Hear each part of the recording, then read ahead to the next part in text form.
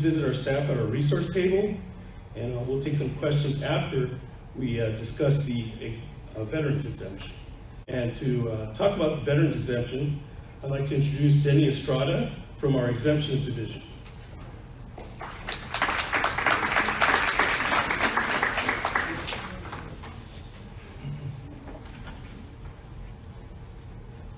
Good morning, my name is Denny Estrada and I work in the major exemption section of the assessor's office.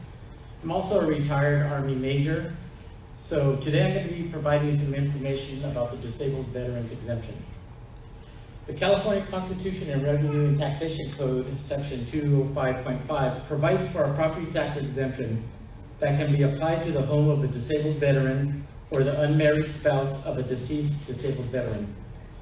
The disabled veterans exemption reduces the property tax liability on the principal residence of qualified veterans who, due to service-connected injury or disease, have been rated 100% disabled or are being compensated at the 100% rate due to unemployability. An unmarried surviving spouse of a qualified veteran may also claim the exemption.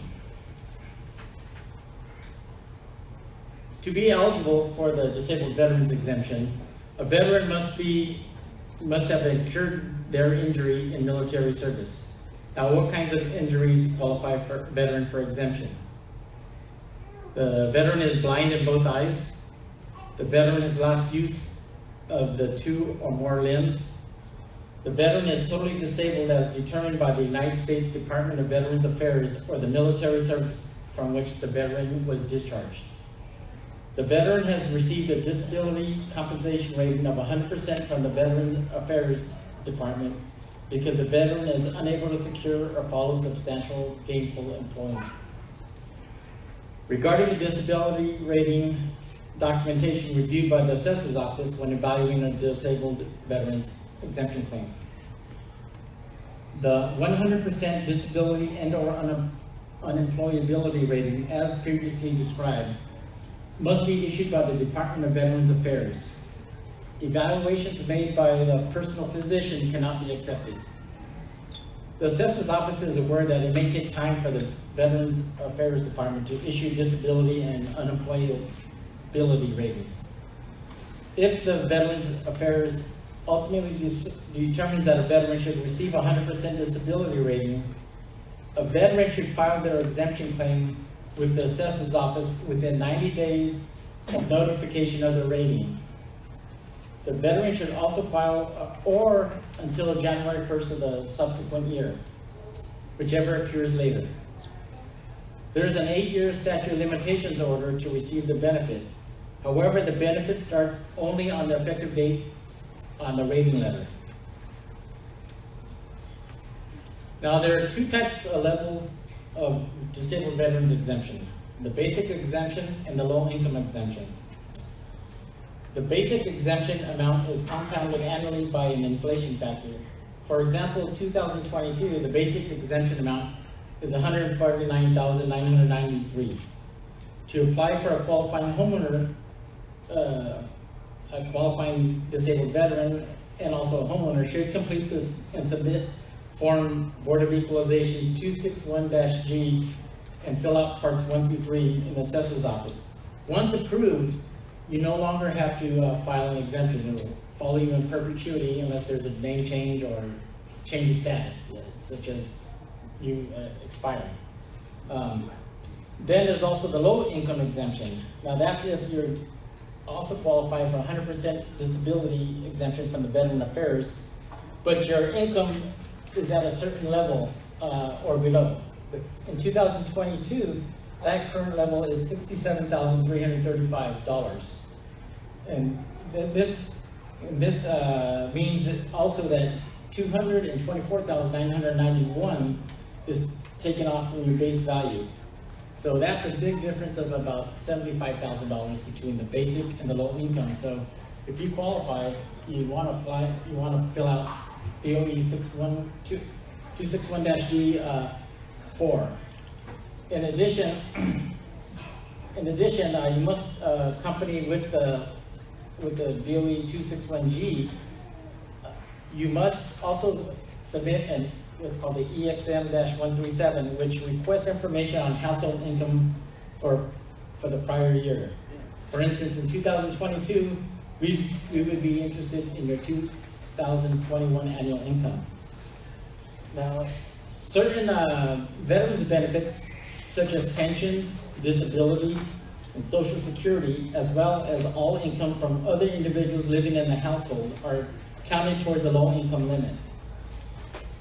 Even though certain income may not be subject to taxation by the Internal Revenue Service, it may still be counted towards the veteran's household income amount for the purpose of determining whether or not the low income requirement is met.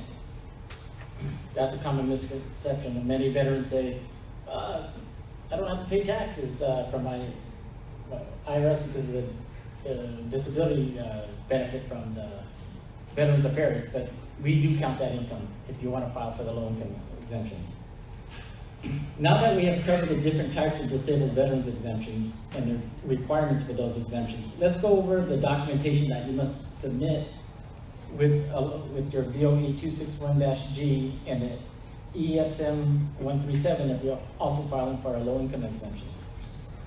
In addition to that form, you also attach a letter from the United States Department of Veterans Affairs with a 100% disability rating or unemployability determination. Once again, it cannot be your personal physician saying you're 100% disabled. It has to be from the Veterans Affairs Department. Proof that the character of service was other than dishonorable conditions. And this will be annotated on your DD Form 214, and all veterans know the day that you leave service, you're issued one. Prior to January 1st, 2017, only honorable and general discharges were eligible for the exemption. But after that, anything other than dishonorable, you're eligible for the exemption. In addition, unmarried surviving spouses should provide a copy of their marriage certificate and a copy of the veteran's spouse's death certificate in order for them to qualify after there's a decease from the primary. If the veteran did not qualify during the veteran's lifetime, the unmarried surviving spouse must also attach a copy of the marriage certificate, a copy of the death certificate from Dean Logan's office, and a report of casualty, proof that the death was service-connected, and dates of the veteran's service.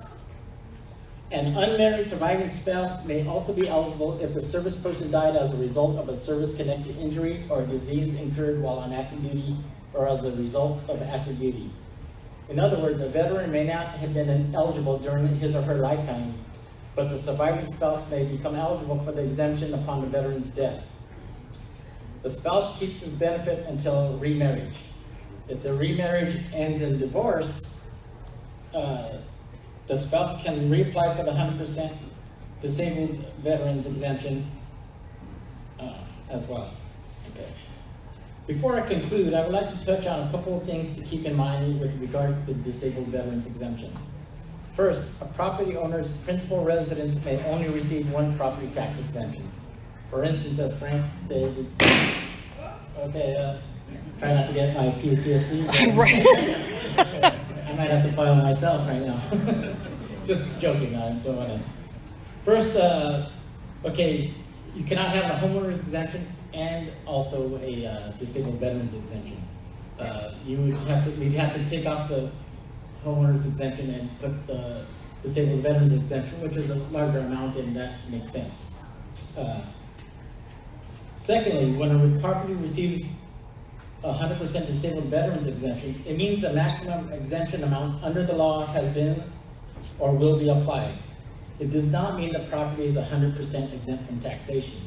It's just that amount we mentioned earlier is subtracted from your trended base value that the veteran currently has. That concludes my overview of the disabled veterans exemption. Thank you again for your time and attention. If you have any additional questions, please visit our staff at the Assessor's Resource Tables. And now we have